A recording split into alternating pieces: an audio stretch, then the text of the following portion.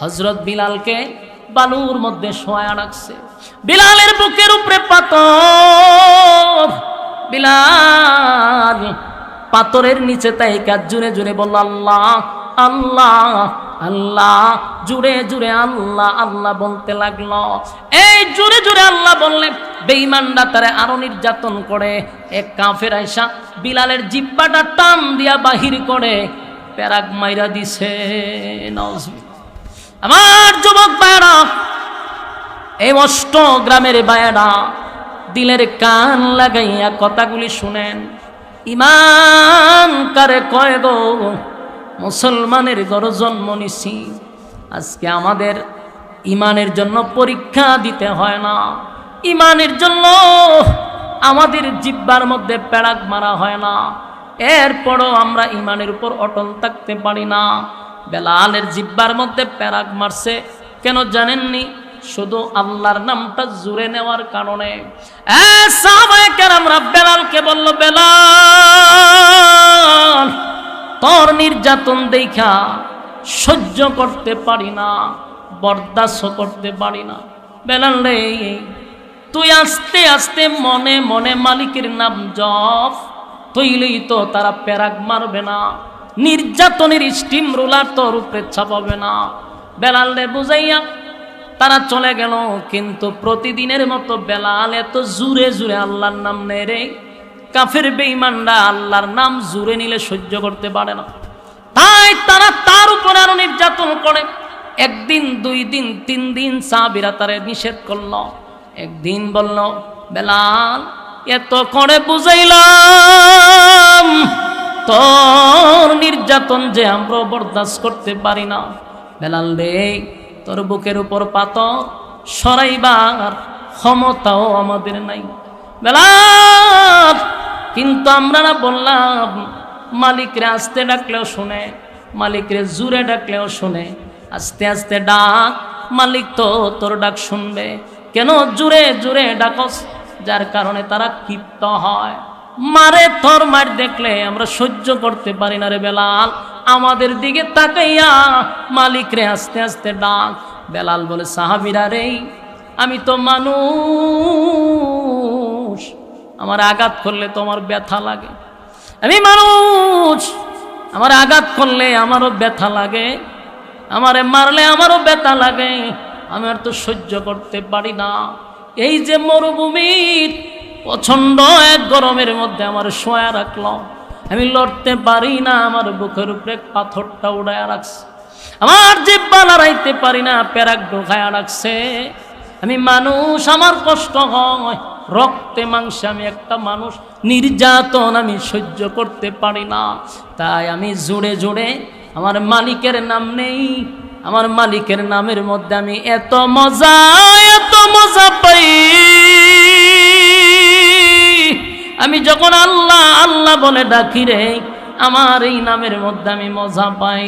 তাই আমার উপরে এত নির্যাতন হয়, এত নির্যাতন হয়, আমি আমার নির্যাতনের কথাটাই ভুলে যাই, আমার মালিকের নামের স্বাদের কাছে চিৎকার দেয়া কোন সুবহান। একটা জবান বন্ধ রাখবেন না, বলুন আল্লাহু আকবার। আরো জোরে কোন আল্লাহু আকবার। এই ইমানের আওয়াজ দিয়ে বল আল্লাহু আকবার। আল্লাহর নবীর সাহাবীরা ইমানের জন্য নির্যাতন সহ্য করছে। এমন কি খাব্বাবরেও মারছে, বেলালরেও মারছে, আম্মারকেও মারছে, সুমাইয়ার শাহাদাত বরণ করলো। একের পর এক নির্যাতনের স্টিম রুলার চাপায়া দিছে যুবক ভাইরা। কিন্তু একটা মুহূর্তের জন্য তারা ইমান ছাড়ে নাই। আর আমরা 5 টাকার কাছে ইমান বিক্রি করে দেই। যেই রাজনীতির কারণে আজকে ইমানটারে বিক্রি করতেছেন, যাই না রাখেন, এই দুনিয়া চিরস্থায়ী নয়। একটা চেয়ারের জন্য, একটা পদের জন্য জীবনটারে বরবাদ করেন। যে আল্লাহ রাব্বুল আলামিন মুসলমানের এক ক্লান্তি লগ্নে, ফিতনা ফাসাদের যুগে, প্রচণ্ড গরমে আলেমদের সহবতে আসার বসার তৌফিকটুকু রব্বে কারীম আমাদেরকে দিয়েছেন সুস্থ অবস্থায়। তাই আমরা শুকরিয়া আদায় করছি আলহামদুলিল্লাহ। লক্ষ কোটি দরুদ এবং সালাম আল্লাহর সৃষ্টির প্রধান আকর্ষণ জনাবে মুহাম্মদুর রাসূলুল্লাহ সাল্লাল্লাহু আলাইহি ওয়াসাল্লামের উপর। সম্মানিত সুধী, রাত অনেক হয়ে গেছে, তাই আমিও চাচ্ছি না ভূমিকা দিয়ে আপনাদের মূল্যবান সময় নষ্ট করি। মেহেরবানি করে প্যান্ডেলের বাহিরে, রাস্তাঘাটে, দোকান পাটে যেই সমস্ত তরুণ নওজোয়ান ভাইয়েরা বেহুদা সময় নষ্ট করছেন, বিনয়ের সাথে বলবো প্যান্ডেলের ভিতরে চলে আসুন।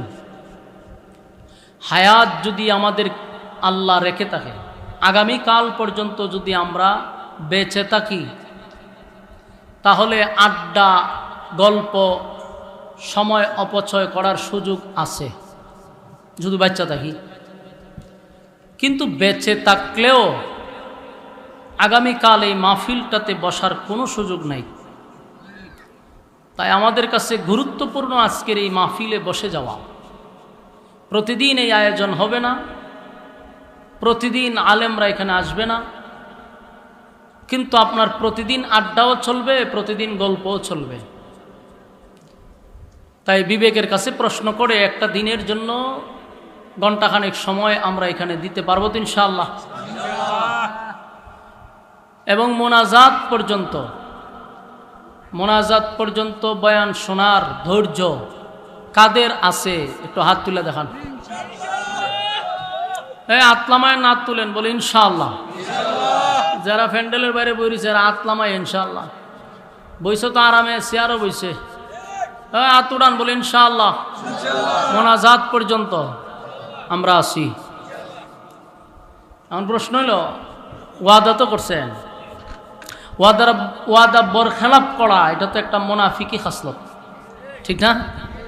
তো এখন যে বাইরিবেন মোনাজাতের আগে স্লোগান শুরু হইব, কেডা যায় রে? মুনাফিক যায়। ইজ্জত থাকবো নি?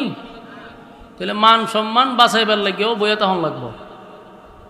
আর যদি কন বলো জোর আমি একটা বেজ্জিতটা লোক, আমার ইজ্জতই নাই, তাহলে আপনার সাথে কোনো ওয়াজও নাই। মেহরবানি কইরা বৈশা যান, ওয়াদা করে লেছেন। আর আমিও আপনাদেরকে বিরক্ত লাগাবো না, আপনাদের ধৈর্যের ভিতরেই বয়ান শেষ হবে ইনশাআল্লাহ। আপনাদের অষ্টগ্রাম উত্তরপাড়ার যে আদর্শ মসজিদ ও যুবকদের উদ্যোগে আজকের এই মাহফিল, বিশেষ করে আপনাদের এই মাহফিলে আমি মনে 2 বছর আজকে নিয়ে, এবং আপনাদের কমিটির যে লোকগুলো আছে আলহামদুলিল্লাহ আমার সাথে তাদের একটা ভালো সুসম্পর্ক এবং আমার অনেক মহব্বত করে। শুধু এখানেই শেষ না, এই কমিটির লোক আমার মাদ্রাসার সদস্য পর্যন্ত হয়েছে আলহামদুলিল্লাহ। বাড়ি দিয়ে কইবে, বাড়ি আমার হবিগঞ্জ, আর বাউনবাড়ির বেড়ায় আমার মাদ্রাসার সদস্য। এটা কত বড় কপাল। আমি আমার এই যুবক ভাইদের জন্য দোয়া করি, তাদের মন মানসিকতা আল্লাহ তাআলা অনেক উদার মন মানসিকতা, এই সংগঠনটাকেও আল্লাহ কিয়ামত পর্যন্ত কবুল করুক। সম্মানিত সুধী, আমি আপনাদের সামনে কোরআনের 85 নাম্বার সূরা 30 পাড়ায় যে সূরাটি স্থান পেয়েছে, এই সূরাটি আপনাদের সামনে আমি তেলাওয়াত করছি। বয়ানে ওঠার আগেও আপনাদের কমিটি আমার মাথায় কিছু দিয়া দিছে, হুজুর এই বিষয়টা একটু তুলে ধরবেন। সর্বাধিক খেয়াল করে এই সূরাটা আপনাদের সামনে আমি তেলাওয়াত করছি। এই সূরাটি নাজিল হওয়ার কিছু কারণ ছিল।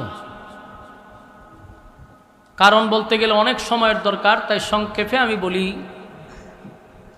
এই সূরাটি নাজিল হয়েছিল নির্যাতিত মুসলমানদেরকে সান্ত্বনা দেওয়ার জন্য। বলুন, এই সূরা নাজিল হয়েছে কেন? নির্যাতিত মুসলমানদেরকে সান্ত্বনা দেওয়ার জন্য।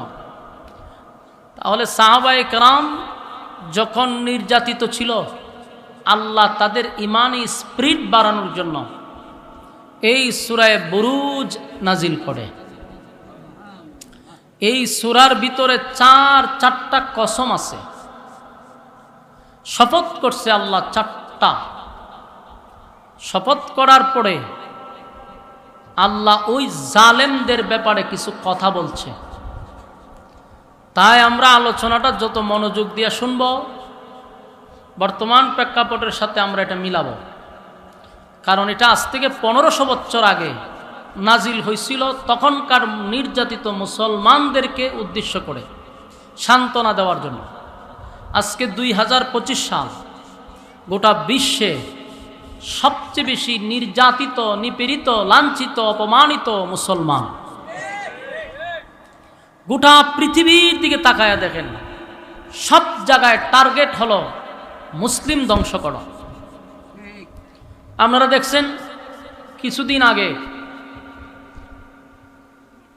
ফিলিস্তিন এবং ইসরায়েলের যুদ্ধবিরতির কথা বলছে। এই যুদ্ধবিরতি রাখা পাকিস্তান আর আফগানিস্তানের আবার লাগাই দিছে। খেয়াল করছেন বিষয়টা? কি পরিমাণ মাস্টার মাইন্ড কাজ করে। লক্ষ লক্ষ নারী, শিশু, পুরুষ, নারী, বৃদ্ধ, বৃদ্ধা লক্ষাধিকের উপরে শাহাদাত বরণ করছে জালেমদের অত্যাচারের উপরে।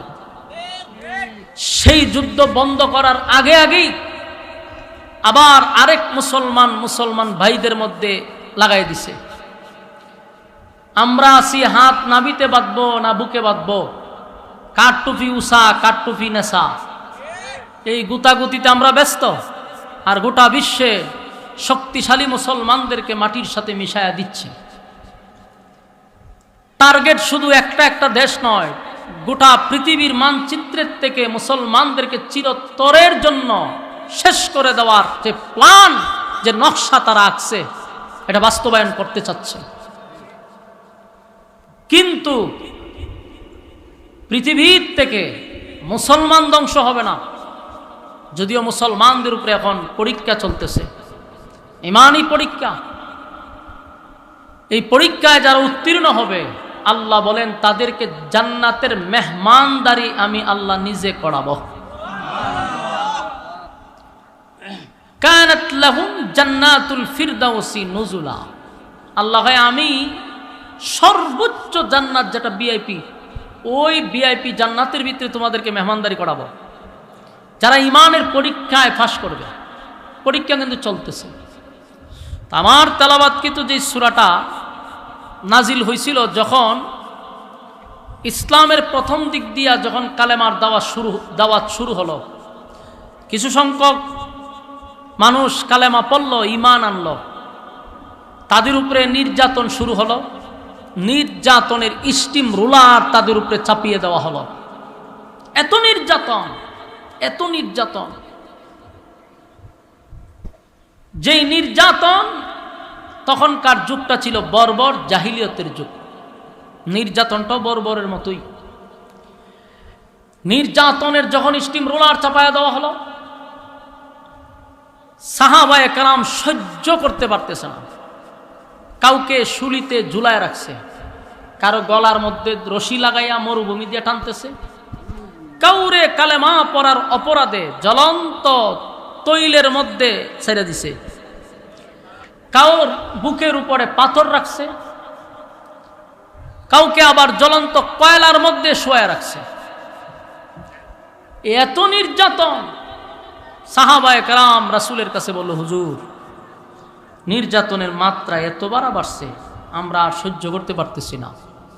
আপনি যদি একটু আল্লাহর কাছে বইলা আমাদের নির্যাতনটা কমাইতেন, আসমান থেকে যদি একটু সাহায্য আসতো, আর পারতেছি না। রাসূল তাদের নির্যাতন দেখা রাসূল নিজেও সহ্য করতে পারে না, চোখের পানি জড়ে। কিন্তু আল্লাহ রাসূল তখন বললেন, তোমরা ধৈর্য ধারণ করো।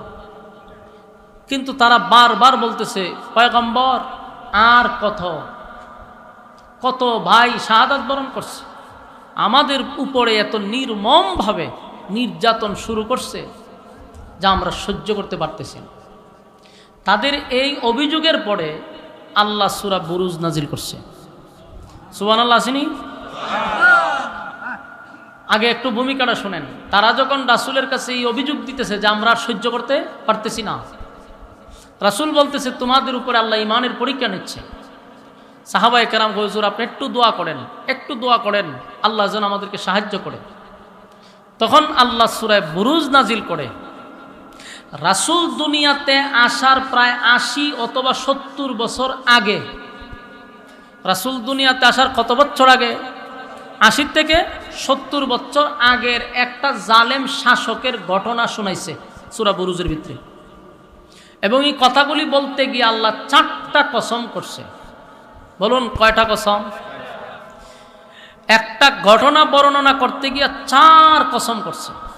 ঘটনাটা কত গুরুত্বপূর্ণ যদি আপনারা মনোযোগ দিয়ে শুনেন তাহলে সামনে বুঝতে পারবেন।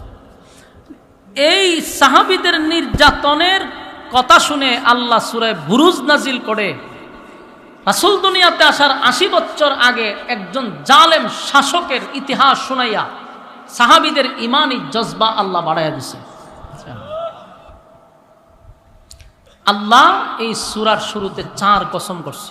আমরা এই সূরাটা প্রথম তার অর্থগুলো একটু বোঝার চেষ্টা করি, এরপরে আমরা তার বিস্তারিত আলোচনা করব ইনশাআল্লাহ। আল্লাহ শুরুতেই বলেন ওয়াস-সামাই যাতিল বুরুজ। আল্লাহ বলেন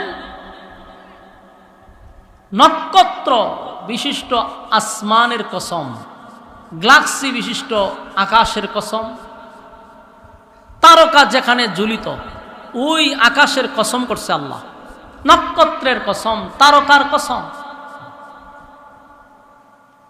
এই বিশাল আসমানের কসম করছে আল্লাহ প্রথম। এরপর আল্লাহ বলেন ওয়াল ইয়াউমিল মাউউদ, যেদিন বিচার হবে, মালিক ইয়াউমিদ্দিন, আল্লাহ যেদিন বিচারক হবে সেই দিনের কসম বলতে কিয়ামত দিবসের কসম।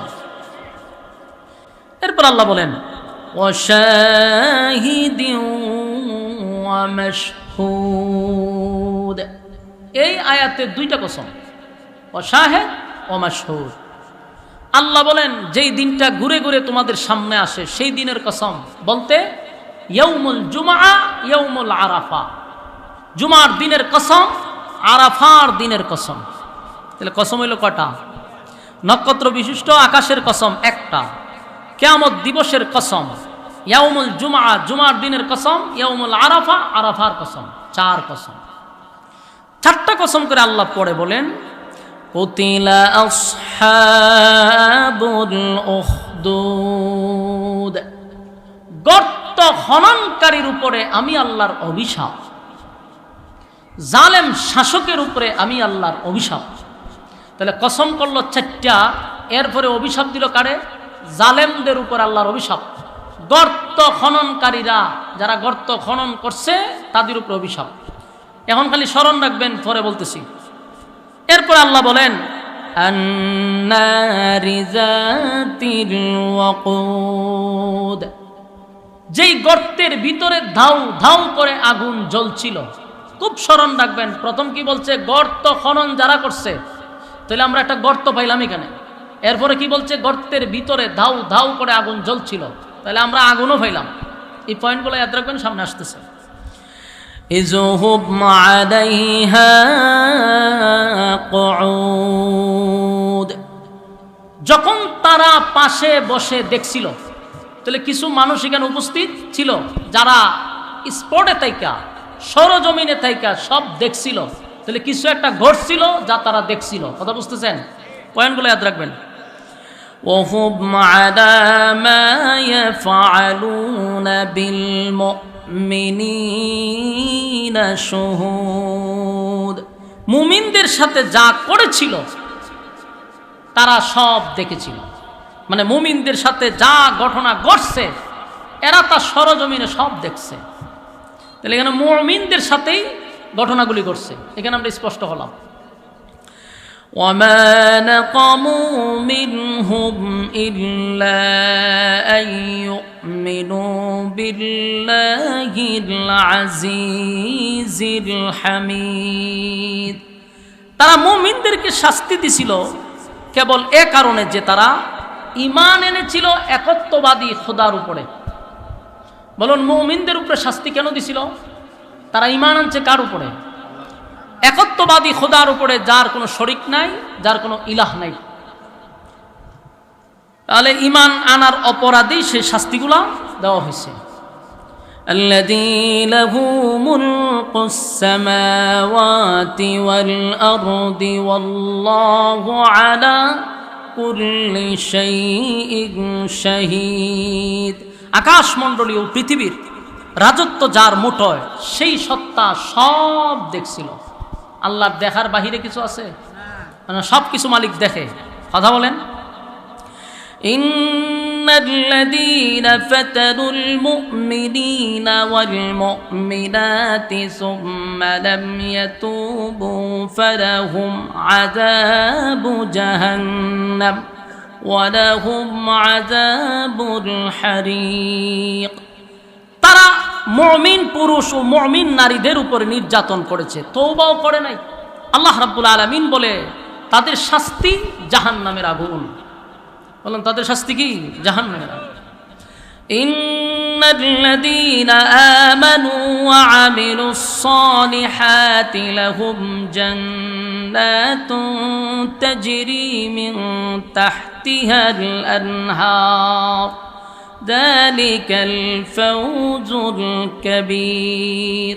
এবং যারা ঈমান আনছে, সৎ কাজ করছে, নিশ্চয়ই তাদের জন্য রয়েছে জান্নাত, যে জান্নাতের নিচে প্রবাহিত হবে এক বিশাল নহর, যেগুলা জান্নাতীরা দেখে খুশি হবে। জান্নাতীদের জন্য পুরস্কার কি? যে জান্নাতুল ফিরদাউস, যেখানে আল্লাহ মেহমানদারি করাবে। কাদের জন্য? যারা ঈমান আনছে এবং সৎ কাজ করছে। কথা কি বুঝতেছেন? ইন্না বাকশা রাব্বিকা লাশাদীদ। তোমার রবের ধরা বড় কঠিন। রব যদি ধরে তে কি ছাইরা দেয়নি? কথা কই না? রবের ধরা বড় শক্ত, স্মরণ রাখবা। ইন্নাহু হুয়া ইউবদিউ ওয়া ইউঈদ। তারা প্রথমবার সৃষ্টি, যিনি প্রথমবার সৃষ্টি করতে পারে তিনি পরবর্তীতেও সৃষ্টি করতে পারে। যিনি আমাদেরকে প্রথমবার সৃষ্টি করছে, দ্বিতীয়বার তিনি আমাদেরকে আবার পুনরায় সৃষ্টি করবে। কথা বুঝতেছেন? ওয়াহুয়াল গফুরুর ওয়াদুদ। তিনি ক্ষমাশীল, অতি দয়াময়, এতে কোনো সন্দেহ নাই।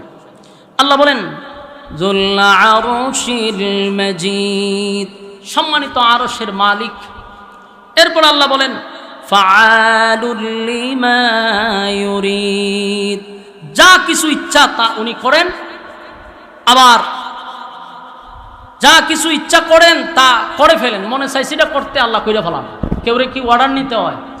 কারো কাছ থেকে অনুমতি নিতে হয়?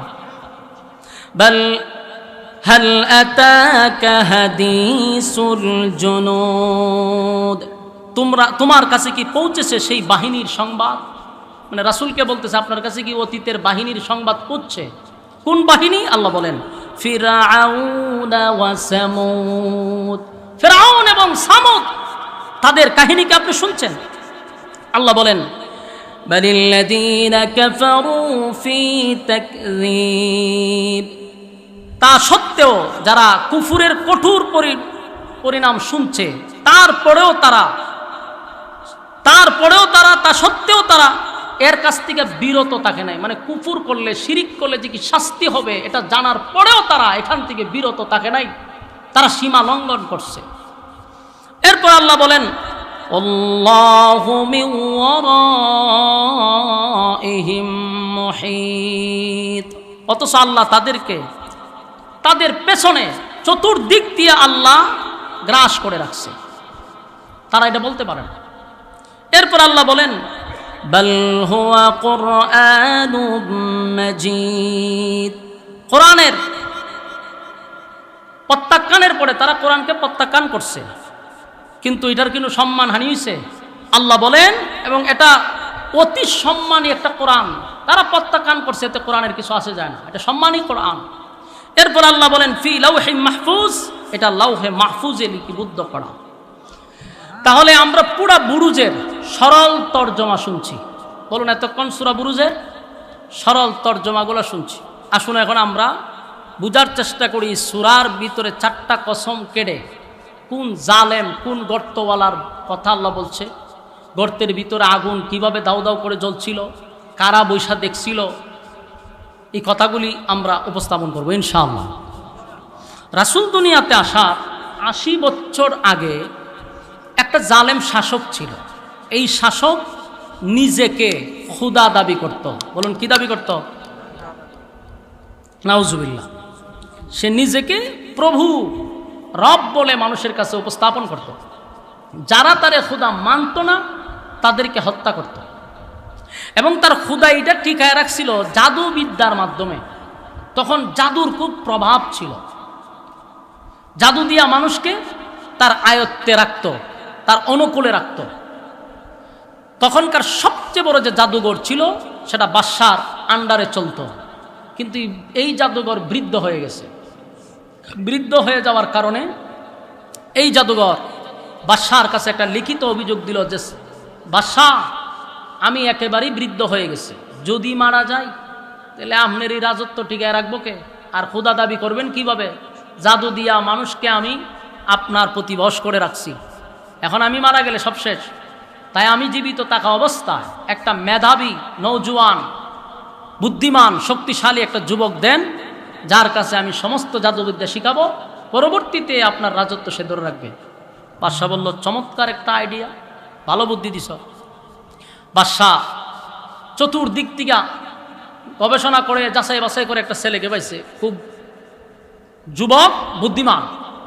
এই যুবক প্রতিদিন এই বৃদ্ধর কাছে এসে জাদু শিখে, আবার ক্লাস শেষ বাড়ির দিকে চলে যায়। ঘটনাক্রমে একদিন তাকায়া দেখে রাস্তার পাশে এরকম একটা মাহফিল হইতেছে। তো যেই বক্তা ওয়াজ করতেছে উনি হলেন ঈসা আলাইহিস সালাতু ওয়াস সালামের একজন উম্মত, আবেদ মানুষ, বুজুর্গ মানুষ। নসিহত করতেছে, একত্ববাদী খোদার উপরে মানুষকে ঈমান আনার জন্য আহ্বান করতেছে, ওয়াজ নসিহত করতেছে। এই যুবক কিছু সময় শূন্য দেখলো যে ভালোই তো লাগে, কথা তো খুব যুক্তি এবং ভালো। 2 দিন 3 দিন শুনতে শুনতে তার ভিতরে একটা পরিবর্তন আসছে।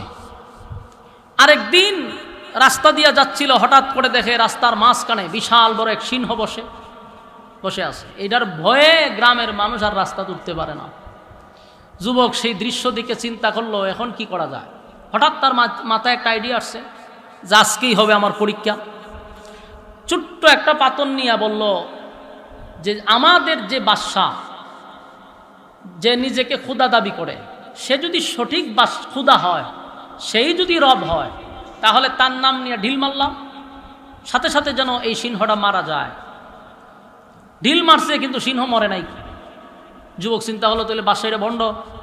লক্ষণ খাটলো, ওই পাদ্রী যে রবের পরিচয় দিছে, সেই রব যদি সত্য হয়, পাদ্রীর রব যদি সত্য হয়, তাহলে এই সিংহটা যেন ছোট্ট পাথরের আঘাতে মারা যায়। যেই মাত্র ঢিল মারছে সাথে সাথে সিংহ মারা গেছে। সুবহানাল্লাহ। সেখানে উপস্থিত ছিল হাজার মানুষ। তার এই দৃশ্য দেখে মানুষের ভিতরে একটা আকর্ষণ তৈরি হয়েছে ছেলের প্রতি, যে সর্বনাশ, এটা সাধারণ কোনো ভোলা না, এর ভিতরে কিছু একটা আছে। মানুষ তার ভক্ত হয়ে গেছে। প্রতিদিন তার বাড়িতে মানুষের ভিড়, যে তোমার ভিতরে অলৌকিক কিছু ক্ষমতা আছে। তো মানুষ তার কাছে যায় বিভিন্ন রূপ নিয়ে। তো এই যুবক বলে, শোনো, আমার কোনো ক্ষমতা নাই, যিনি ভালো করেন তিনি হলেন আমার রব আল্লাহ, যিনি আসমান জমিন সৃষ্টি করছেন তিনি হলেন আমার রব।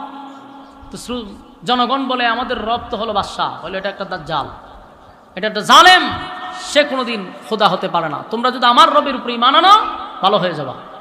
তখন রবের উপরে ঈমান আনে, যুবক দোয়া করে, রূপ ভালো হয়ে যায়। সুবহানাল্লাহ। চলতেছে এরকম, যে ওই আসে ভালো হয়, যে আসে ভালো হয়, কুষ্ঠ রূপ নিয়ে আসে ভালো হয়, অন্ধলোক ভালো হয়। এই খবর তার এক জায়গায় রয়েছে না, আস্তে আস্তে আস্তে আস্তে রাজমহলে চলে গেছে, খবর পৌঁছে গেছে। তো বাদশার একজন মন্ত্রী আছিল অন্ধ, জন্ম অন্ধ। এই অন্ধ ব্যক্তি চিন্তা করলো, এরকমই যদি হয়, গেলেই ভালো হয়ে যায়। তা আমার জীবনে তো আমি কোনোদিন কিছু দেখি নাই। একটা বাস্কর মধ্যে টাকা পয়সা লইয়া, স্বর্ণমর্ণ লইয়া গেছে যুবকের কাছে, গিয়া বলল, তোমার অনেক সুনাম শুনে আসছি, আমার চোখ 2টা ভালো হলে পুরা বাস্ক তোমার। যুবক বলল, ভালো করার ক্ষমতা আমার না, যিনি ভালো করেন তিনি কে? আপনি যদি উনার উপরে কালেমা পড়েন, ঈমান আনেন, আমি দোয়া করব আল্লাহ চোখ ভালো করে দেবে। মন্ত্রী চিন্তা করলো সারা দেশের মানুষ রব জানে বাদশারে, যুবক দিয়ে আরেক রবের পরিচয় দেয়। মন্ত্রী চিন্তা করলো যেটাই বার হইব আগে আমি ঈমান আনি, দেখি আমার চোখ ভালো হয়নি। ঈমান আনছে, যুবক দোয়া করছে, এই মন্ত্রীর চোখ ভালো হয়ে গেছে, যে জীবনে কোনোদিন দেখছে না, এমন সব দেখে, সেটা আশ্চর্য হয়ে গেছে। আমি বাদশারে কত রব বইলা ডাক দিলাম, চক্ষু ভালো হলো না, আর আজকে আমার রবকে একবার ডাক দিতে দেরি হয়েছে, আমার চক্ষু ভালো করে দিতে দেরি করে নেই। সুবহানাল্লাহ, খুব খুশি। এই নিউজ তো আর এক জায়গায় না, এটা বাদশা পর্যন্ত পৌঁছে গেছে। মন্ত্রী গেছে বাদশার দরবারে, অন্ধ মানুষ যারা, এরার একটা দেখবেন খাসলত আছে, এরা এক জায়গায় দাঁড়ায় থাকলো এরম এরম করে, এটার ধরে হেটার ধরে ইতিতে করে, দেখছেন নি? এরা দাঁড়ায় থাকলো, এর ভঙ্গিমা বোঝা যায় যে লোকটা অন্ধ। এখন তো চোখে দেখে, এখন তার আগের এই সিস্টেম নাই। বাদশার পায়ে খালি এক দেয়ানে চাই রয়েছে, এটারে তো কোনোদিন দেখছি না। বাদশাহ এর পায়ে চাই দেয়, কিরে মন্ত্রী আমার ভাই বাবা চায় কা, এর তো চোখ আসিন না, লক্ষণ তো খারাপ। ডাক দিছে, এই মন্ত্রী কেন আয়? মন্ত্রী আছে, তুই কি সব দেখস নাকি? কয় আমি সব দেখি। তো তোর চোখ বালা করছে কে? আমার রব। বাদশাহ চিন্তা করছে রব তো আমিও। বাদশাহ খুশি হয়ে হইতে, আগে হইবি না, আগে আমারও জানাইতি, আমি বিশাল একটা আয়োজন করতাম, আরো মানুষ সব একত্রিত করতাম, আর সবার সামনে তুই কইতি, আমার মর্যাদা আরো বেড়ে যেত। মন্ত্রী কয়, রে আমি যে রবের কথা বলছি, এই রব তো তুই না, তুই তো ভণ্ড, প্রতারক, জালেম, তুই মানুষকে ধোঁকা দিচ্ছস। আমি যার উপরে ঈমান আনছি, ওনার জন্মও নাই, ওনার মৃত্যুও নাই, উনি কারো কাছ থেকে জন্ম নেয় না, কাউরে জন্ম দেয় না। সুবহানাল্লাহ, বারে গিয়া লাম ইয়ালিদ ওয়া লাম ইউলাদ।